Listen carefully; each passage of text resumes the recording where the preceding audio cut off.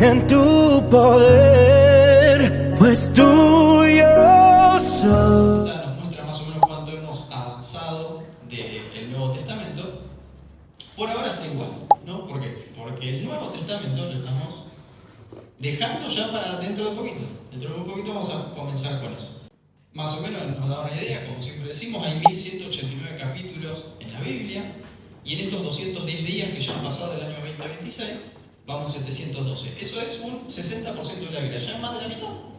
Lógico, ¿no? Más de la mitad del año ya hemos alcanzado más de la mitad de la Biblia, todos aquellos que hemos podido leer los capítulos más o menos que vamos proponiendo, ¿no?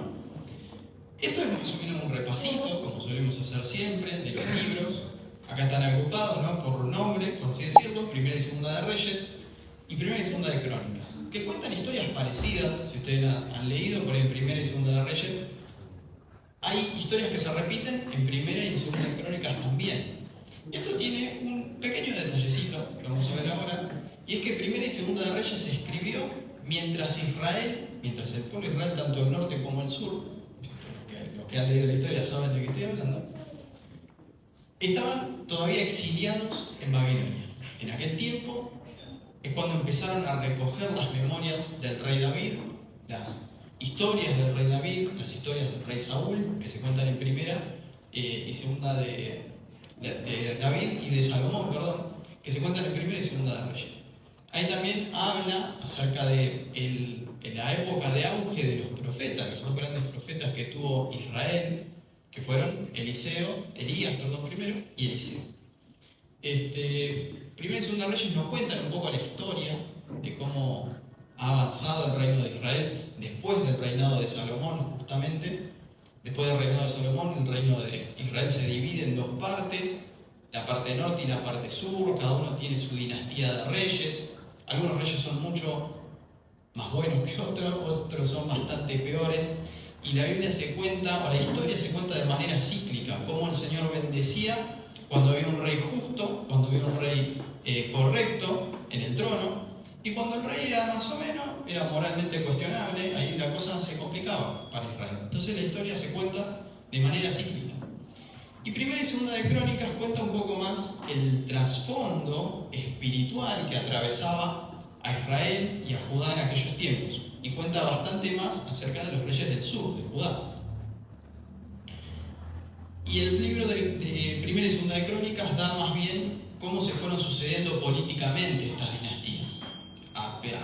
En contraparte, Primera y Segunda de Reyes dan un poco más un trasfondo espiritual, justamente por el accionar de los profetas de Jesús, ¿no? Esos 4 libros que hemos avanzado en este mes y medio que ha pasado son los que consideramos libros históricos, justamente porque cuentan la historia de Israel, ¿no? A la par, vamos leyendo también lo que se llaman libros sapienciales, o de sabiduría o de poesía, que son Eclesiastés, Cantar de los Cantares, y un poquito Job también, que todavía los estamos leyendo. Pero bueno, Eclesiastés habla, ¿no?, en tono de prosa, en tono de poesía, acerca de la vida y la vanidad de la vida debajo del sol, ¿no? Ustedes pueden leer en los primeros capítulos todo lo que se hace debajo del sol, o todo lo que sucede debajo del sol, parece que no tiene valor, no tiene vanidad. Y después, al finalizar ya el libro, lo que dice Eclesiastés, lo que dice Salomón, es el deber fundamental del ser humano, que es relacionarse con Dios, es conocer a Dios. El Cantar de los Cantares también es un libro de poesía, bastante poético, y que cuenta la historia de un matrimonio, ¿no?, en tono de prosa, en tono de poesía. Y cuenta cómo este matrimonio va atravesando la época del noviazgo, cuenta el día de la boda, cuenta los primeros tiempos después de casados, cuenta un poco más en perspectiva hacia el final, los años que han pasado entre el que se considera el novio Salomón y su esposa. Y habla, esto por ahí es mucho para hablar de la familia, estamos haciendo medio un vuelo de pájaro por mencionarlo nada más, pero Cantar de los Cantares es un gran libro para todos aquellos que desean profundizar un poquito más acerca del trasfondo espiritual del matrimonio, del noviazgo en primer lugar, y del matrimonio. Y también hemos leído un poco el libro de Job. El libro de Job cuenta la historia de este varón oriental que tenía todo y de repente pasó de tener todo a no tener nada. Y ese libro cuestiona principalmente por qué la gente buena también sufre. Que eso es algo que en el antiguo Israel no estaba muy claro. ¿No? Era raro encontrar a una persona que hacía todo acorde a lo que Dios decía y sin embargo le pasaban desgracias, una desgracia terrible. Perdió su casa, su familia, sus cosas, todo en un solo día. Entonces los amigos, es casi una obra de teatro, donde los amigos vienen y tratan de consolarlo y después finalmente Dios dice la última palabra acerca de la historia de Job. Entonces es un libro también que nos permite ver qué hay detrás del sufrimiento. Que a todos nos toca pasar, como así le ha pasado a Job también. Todos aquellos que han leído el libro y que están avanzando, ya dentro de poquito se termina, un poco la idea del libro es esa. Y para finalizar, para ya ir finalizando esta primera parte, ahí hay una bonita ilustración, imagen, acerca de, si me preguntan más o menos qué es un hogar, es una familia adentro de ese hogar, que está sostenido sobre columnas, sobre pilares. Y siempre nos hacemos esta pregunta, ¿por qué es importante leer la Biblia? ¿Por qué nos dedicamos a la lectura de la Biblia? Y tiene esta ilustración trata de mostrar por qué. Porque cualquier familia, cualquier hogar que desea sostenerse en el camino del Señor, necesita la lectura bíblica, así como cada persona individualmente, en el hogar, en la familia, papá, mamá e hijos, necesitan también el sostén que solamente la palabra de Dios puede dar. Y por mencionar algunos solamente, una casa, un hogar que se sostiene, necesita de esos 4 pilares que se ven ahí. Los valores y principios, la fortaleza y el apoyo, la comunicación y el diálogo, y la identidad familiar.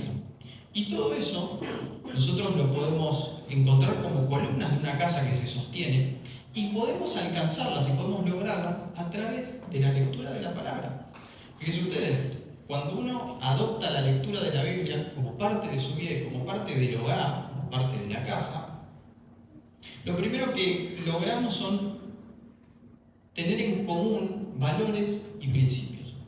Una cosa es que una persona solita, por sí mismo, empiece a ir a la iglesia.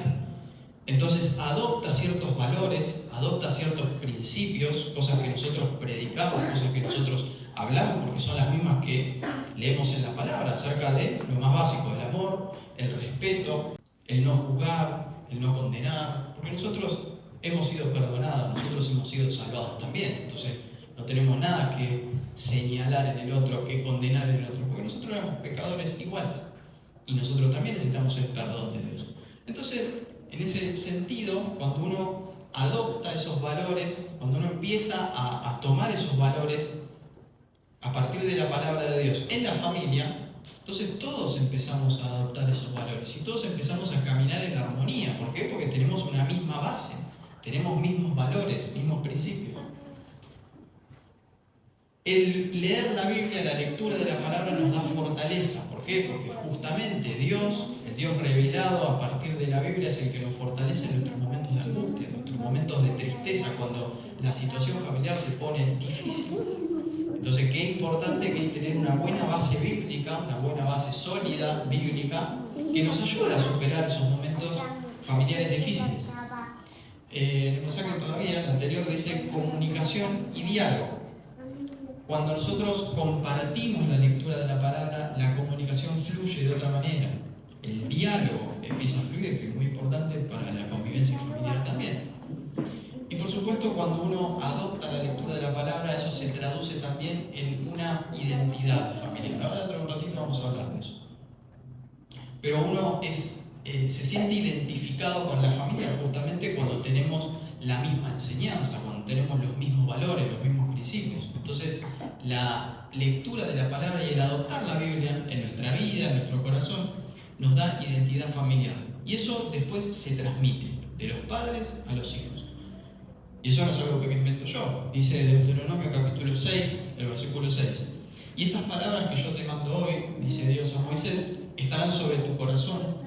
Las repetirás a tus hijos y hablarás de ellas estando en casa, andando por el camino, al acostarte, cuando te levantes. Las atarás como una señal en tu mano y estarán como frontales entre tus ojos y las escribirás en los postes de tu casa y en tus puertas. ¿Qué significa eso? La palabra de Dios permeando, entrando en todo lo que tiene que ver con nuestra vida. No solamente cuando estamos en la iglesia, porque acá es fácil. Acá venimos, abrimos la Biblia, hablamos todos más o menos lo mismo, o ya. Pero el Señor va más allá con respecto a la palabra y dice, ¿de dónde quiero que apliques esto que estás leyendo? ¿Dónde lo vas a ver verdaderamente en acción? Cuando hables de ella estando en tu casa, es decir, en tu vida cotidiana. Cuando estés por el camino, cuando salgas de casa y vayas por el camino, la palabra de Dios. Que sea lo primero que veas cuando te levantes, que sea lo último en lo que pienses cuando te acuestes. Ponelas como sean en tu mano, en tus acciones.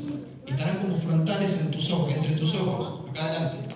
Y las escribirás en los postes de tu casa y en tus puertas, cuando entres, cuando salgas.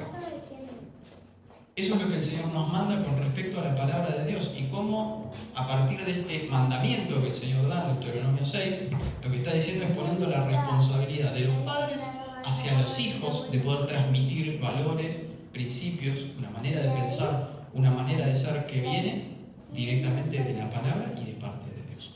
¿Bien? Y después, para terminar, como decimos siempre, en Josué 1:8 dice que nunca se aparte de tu boca este libro de la ley, la palabra de Dios, sino que de día y de noche meditarás en él para que guardes y hagas conforme a todo lo que en él está escrito. No hay manera de hacer y no hay manera de guardar si no conocemos lo que tenemos que guardar y lo que tenemos que hacer. Entonces, eso está en la palabra. Porque entonces harás prosperar tu camino y todo te saldrá bien. ¿Amén? Entonces, con esto, hermanos, como siempre decimos, los animamos a que podamos sumarnos a la lectura de la palabra del Señor, porque es bendición para nosotros como individuos y nos ayuda a crecer como iglesia también. Tú me llevas más allá de lo soñado.